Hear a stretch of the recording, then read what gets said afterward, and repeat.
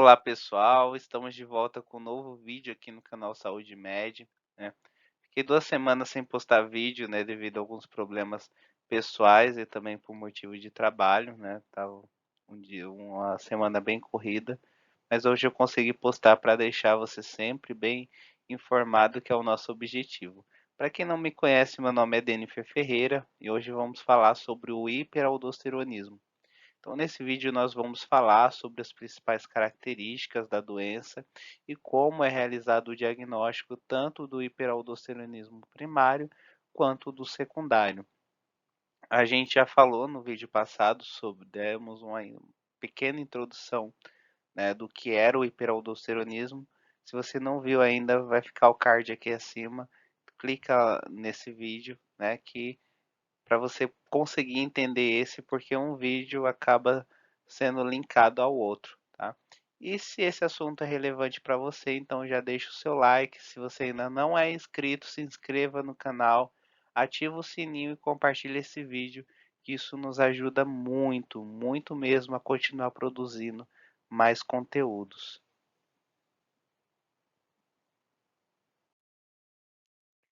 Então, falando um pouquinho sobre, dando uma introdução aqui em relação às características clínicas e o diagnóstico do hiperaldosteronismo, tá? Então, as principais características, as características clínicas do hiperaldosteronismo, eles são inespecíficas e variáveis, né? Frequentemente leva ou estão associadas também à hipertensão, que é um dos principais sintomas dentro do hiperaldosteronismo, tá?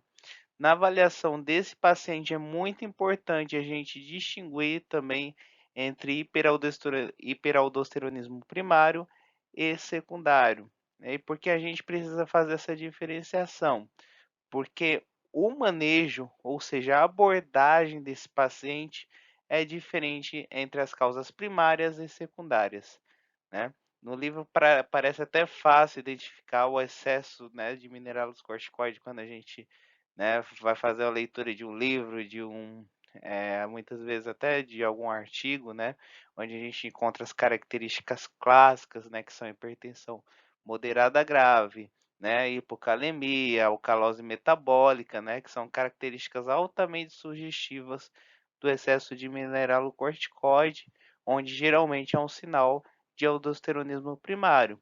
Só que, né, na prática clínica, isso não acontece, né? A maioria dos casos, eh, existe apenas ali uma pistas sutis, né, do hiperaldosteronismo, como por exemplo, um o recente surgimento de hipertensão refratária, né? O que que a gente considera como hipertensão refratária, né? Pacientes com hipertensão, né, mesmo realizando um tratamento com pelo menos 3 classes de antihipertensivo, incluindo o diurético, tá? Então, é nesses casos que a gente considera ali um paciente com provável hiperaldosteronismo. Falando agora um pouco sobre as manifestações clínicas do aldosteronismo primário, né? Então, uma das manifestações presentes no aldosteronismo primário é a hipertensão, né? Bastante comum nesses pacientes. Essa hipertensão ela ocorre devido à secreção inadequada de aldosterona devido à expansão do volume plasmático e aumento da resistência vascular periférica, tá? Essa hipertensão pode ser grave ou refratária às terapias antihipertensivas padrão, porém também alguns pacientes eles são normotensos, ou seja, a pressão arterial da pessoa, né, desse paciente, totalmente normal, ou às vezes até com elevações mínimas da pressão arterial. E por isso, gente, a hipertensão grave, ela não é uma condição determinante para esse diagnóstico de aldosteronismo, tá? Já a hipocalemia espontânea em qualquer paciente com ou sem hipertensão concomitante, ela justifica a gente suspeitar do hiperaldosteronismo como a causa de deficiência de potássio, tá? Além disso, os pacientes que desenvolvem hipocalemia grave, né, após a instituição ali de um diurético perdedor de potássio, como é o caso da hidroclorotiazida, né, ou até mesmo da furosemida, eles devem ser investigados. Mas é muito importante ressaltar que, na maioria dos casos, os níveis séricos de potássio no aldosteronismo primários, eles são normais, né. Muito importante ressaltar que nesses pacientes com aldosteronismo primário, raramente nós encontraremos edema periférico, né, se as funções cardíacas e renais, elas forem ali normais, né, mesmo ocorrendo expansão do volume extracelular, né, que é algo característico do aldosteronismo primário, né, causado ali pela o excesso de reabsorção de sódio, né, mas a gente não encontra, não é comum a gente encontrar edema, tá.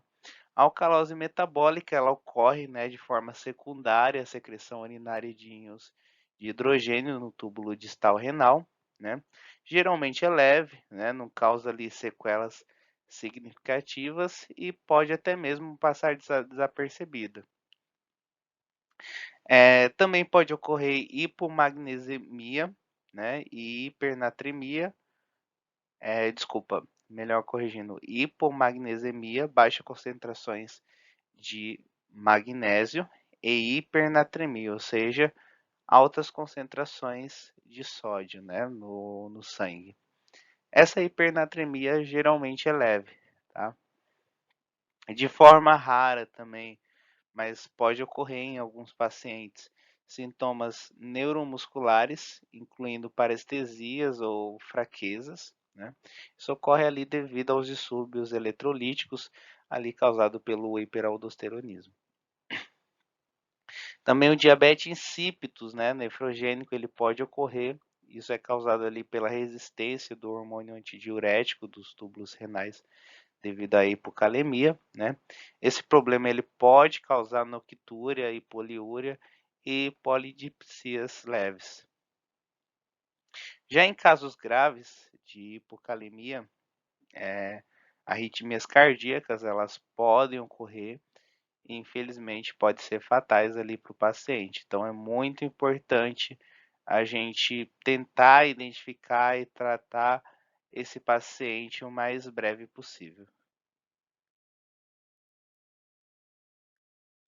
Já nas manifestações clínicas, né, do aldosteronismo secundário, né, as causas secundárias do hiperaldosteronismo, ele tem a ampla variação fenotípica, né, elas não podem ser ali estereotipadas, né, por manifestações clássicas, né, não tem uma manifestação clássica devido a várias etiologias que pode estar associado ao aldosteronismo secundário.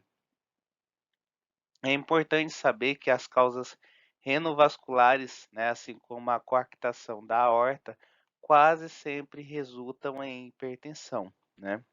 Já o uso de diuréticos, né, causa hiperaldosteronismo secundário ali devido à perda de sódio e água.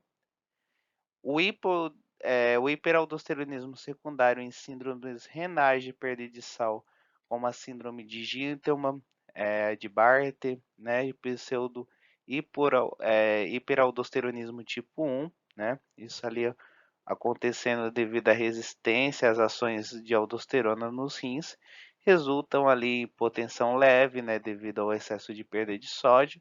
Da mesma forma, né, doenças como a insuficiência cardíaca congestiva, né, a síndrome nefrótica, cirrose hepática, ali exibe uma redução no volume sanguíneo circulante efetivo, né, e estão associados ali à hipotensão, apesar da retenção de sal e também da sobrecarga de total de sódio no organismo.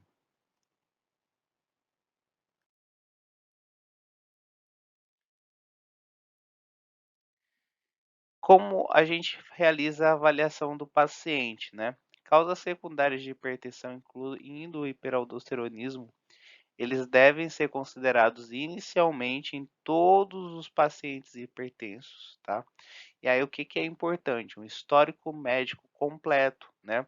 O exame físico, ele pode ajudar muito o médico a decidir quais pacientes devem ser avaliados e quais testes devem ser realizados, tá?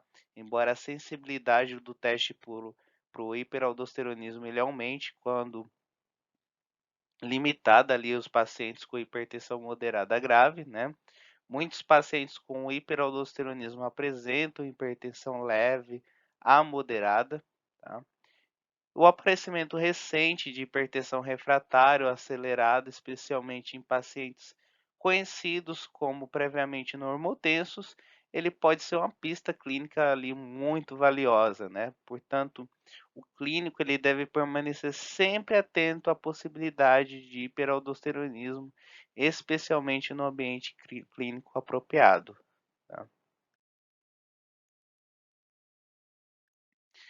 Agora, a gente chega nessa parte aqui, a quem nós devemos avaliar ali para o aldosteronismo primário, tá? A gente tem algumas regras, né? A gente tem alguns nortes para conseguir filtrar. Não vai ser todas as pessoas que a gente vai avaliar, né?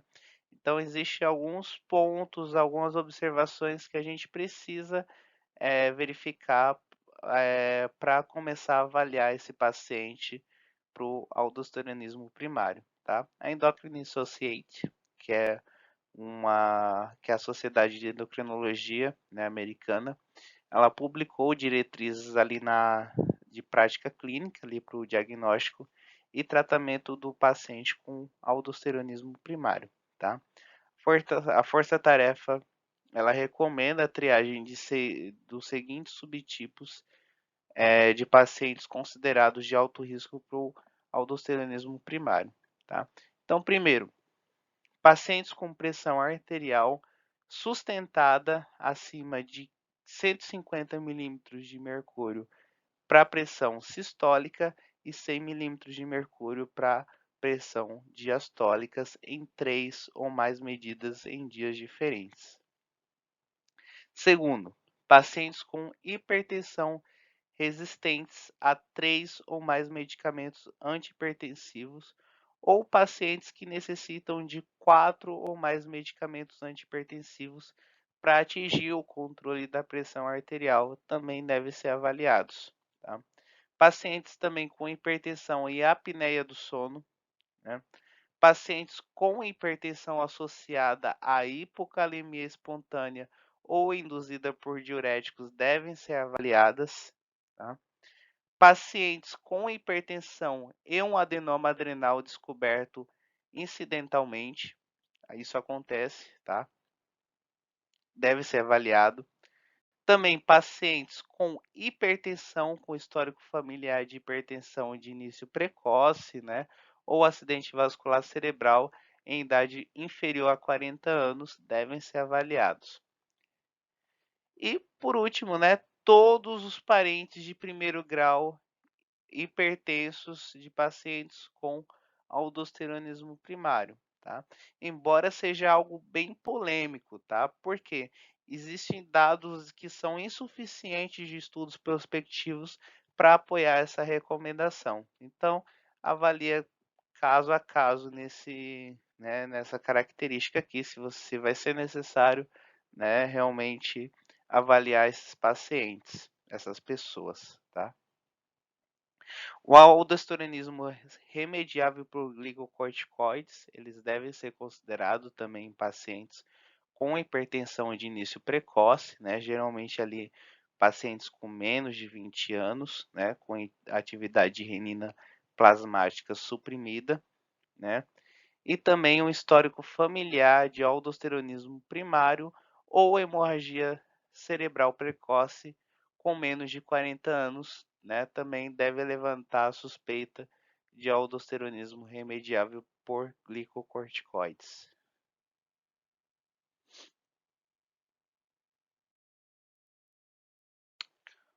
Como rastrear o aldosteronismo primário?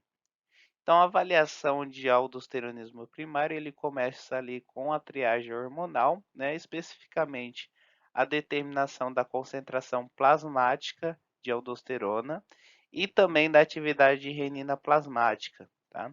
E aí a ausência de supressão de renina, ela deve levantar suspeita de aldosteronismo secundário e ou o uso de medicamentos que aumentem a renina, como é o caso dos antagonistas dos receptores de mineralocorticoides, entre outros, tá?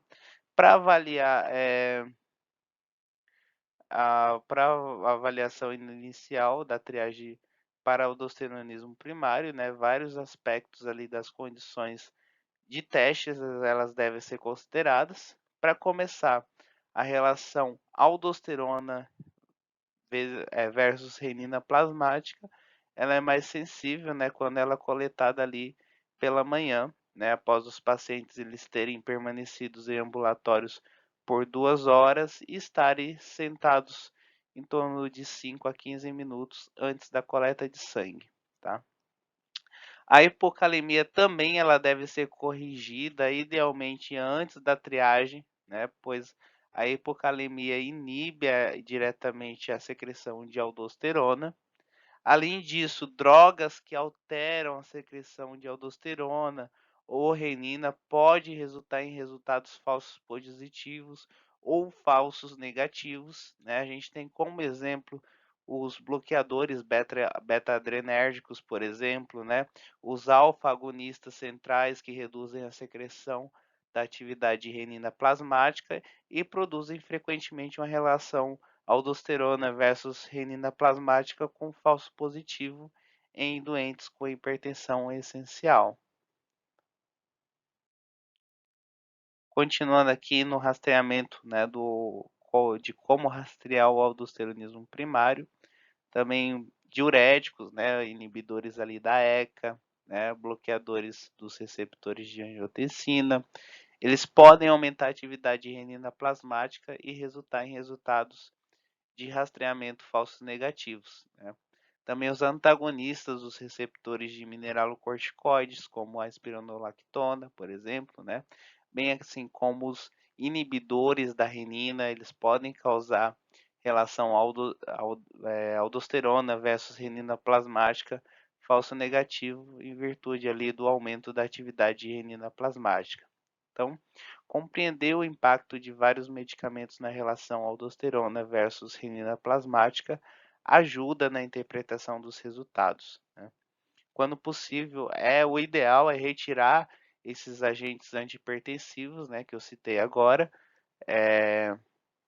que afetam ali a relação aldosterona versus a renina plasmática de 2 a 4 semanas antes da triagem para aldosteronismo primário, né? A espironolactona ali devido à maior duração de efeito, eles devem ser interrompidos preferencialmente pelo menos de 4 a 6 semanas antes do teste, né? Porém, a gente sabe que a retirada de antihipertensivos pode até não ser viável, né, em pacientes com hipertensão moderada grave, né? E aí, medicamentos com efeitos neutros, né, também sobre a relação aldosterona versus renina plasmática, como é o caso dos bloqueadores do canal de cálcio, né? A hidralazina, né? Ou alfa-bloqueadores, eles podem ser utilizados ali para controlar a pressão arterial durante a avaliação da triagem. Então, em relação à confirmação do diagnóstico, né?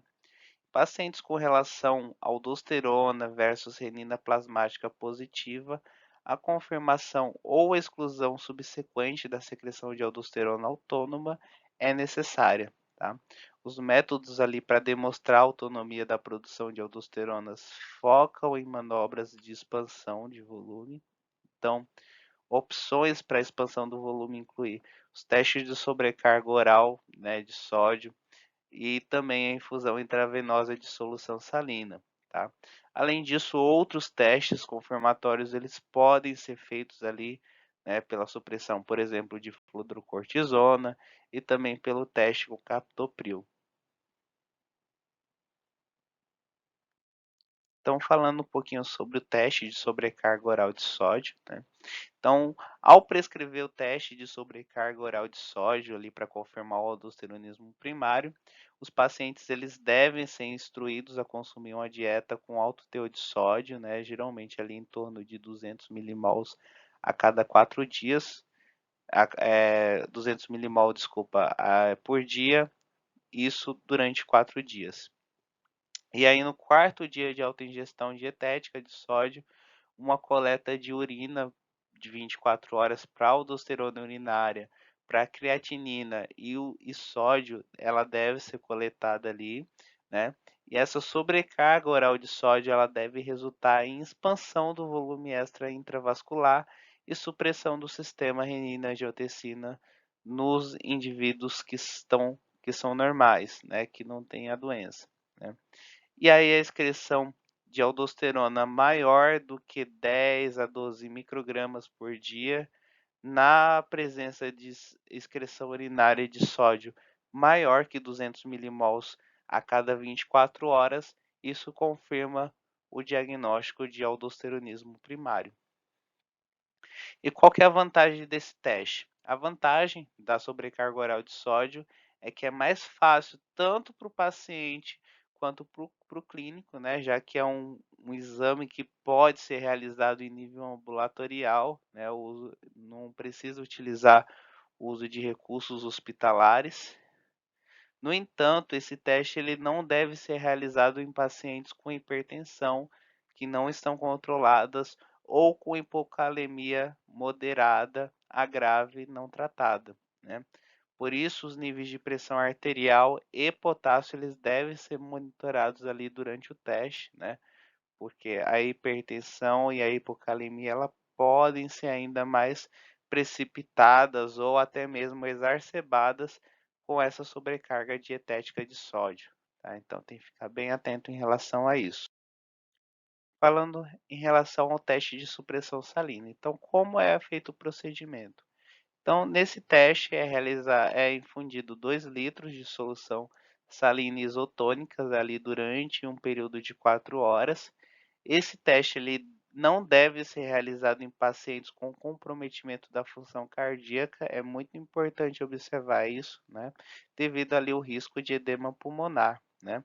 A expansão do volume intravascular ele deve suprimir o sistema renina-angiotensina e em pacientes normais a concentração plasmática de aldosterona ela diminui abaixo de 5 nanogramas por decilitro no final da infusão de solução salina, né? E níveis maiores que 10 nanogramas por decilitro são considerados diagnóstico de produção de aldosterona autônoma, tá? Já os valores de 6 a 10 nanogramas por decilitro, eles são considerados indeterminados e aí novas avaliações precisam ser feitas. E aí a gente precisa também identificar a causa e a fonte do aldosteronismo primário. Então, assim que o diagnóstico bioquímico do hiperaldosteronismo primário ele tenha sido confirmado, né, mais testes ali eles são necessários para determinar a causa e localização do distúrbio.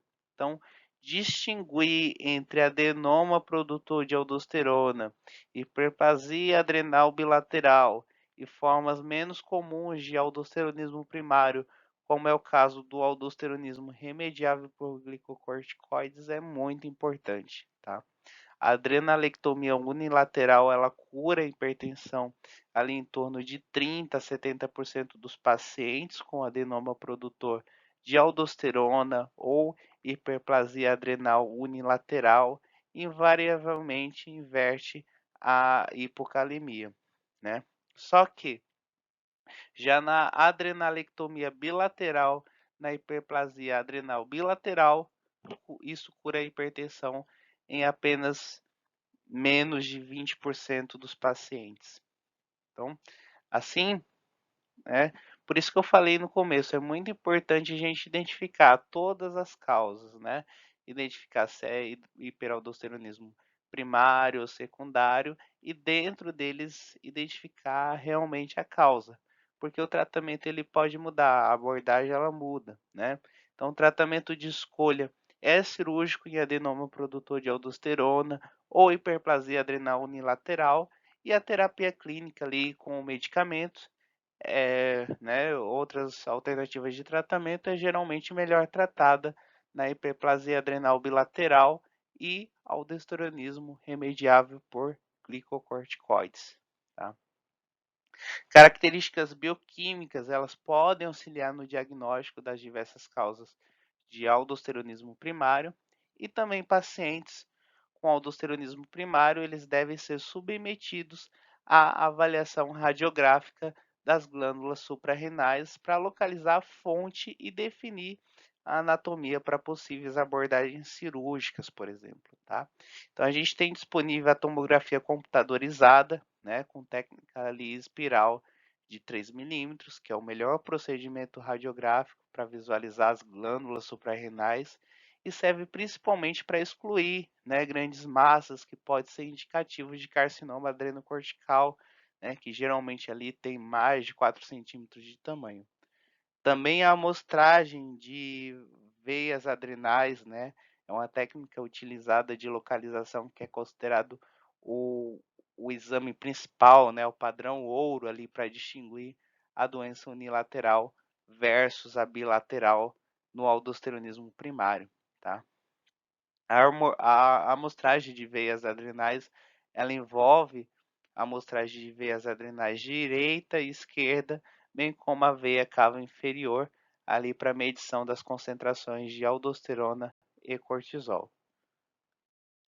E agora falando sobre o diagnóstico do aldosteronismo secundário, tá, gente? Então, quando houver suspeita clínica de hipertensão renovascular, e a triagem inicial tiver revelado uma atividade renina-plasmática normal ou elevada, outros testes para hipertensão renovascular, elas devem ser consideradas, tá? E quando nós devemos levantar suspeita de hipertensão renovascular? Pois bem, as características clínicas que devem levantar suspeita de hipertensão renovascular, ela vai incluir hipertensão de início abrupto, tá? Disfunção renal aguda ou progressão inexplicável, disfunção renal induzida por inibidores do sistema renina-angiotensina-aldosterona, dimensões renais assimétricas ou suspeita de doença fibromuscular em pacientes jovens, tá? Então, o diagnóstico de hipertensão renovascular ela requer dois critérios, né? O primeiro é a identificação de uma obstrução arterial significativa, ou seja, a identificação de anormalidade estrutural, e o segundo critério é a evidência de excesso de secreção de renina pelo rim afetado, ou seja, uma evidência de uma normalidade funcional. Anormalidades estruturais, elas podem ser detectadas por variedade de técnicas de imagem, tá? O principal, ou seja, o padrão ouro é a arteriografia renal, mas a tomografia computadorizada, a ultrassonografia duplex scan, né, angiografia por ressonância magnética, elas são alternativas não invasivas que elas podem ser, sim, consideradas ali para o diagnóstico. Apesar das múltiplas opções de rastreamento atualmente disponíveis, não existe um único teste, né, que, se negativo, exclua completamente uma lesão estenótica nas artérias renais.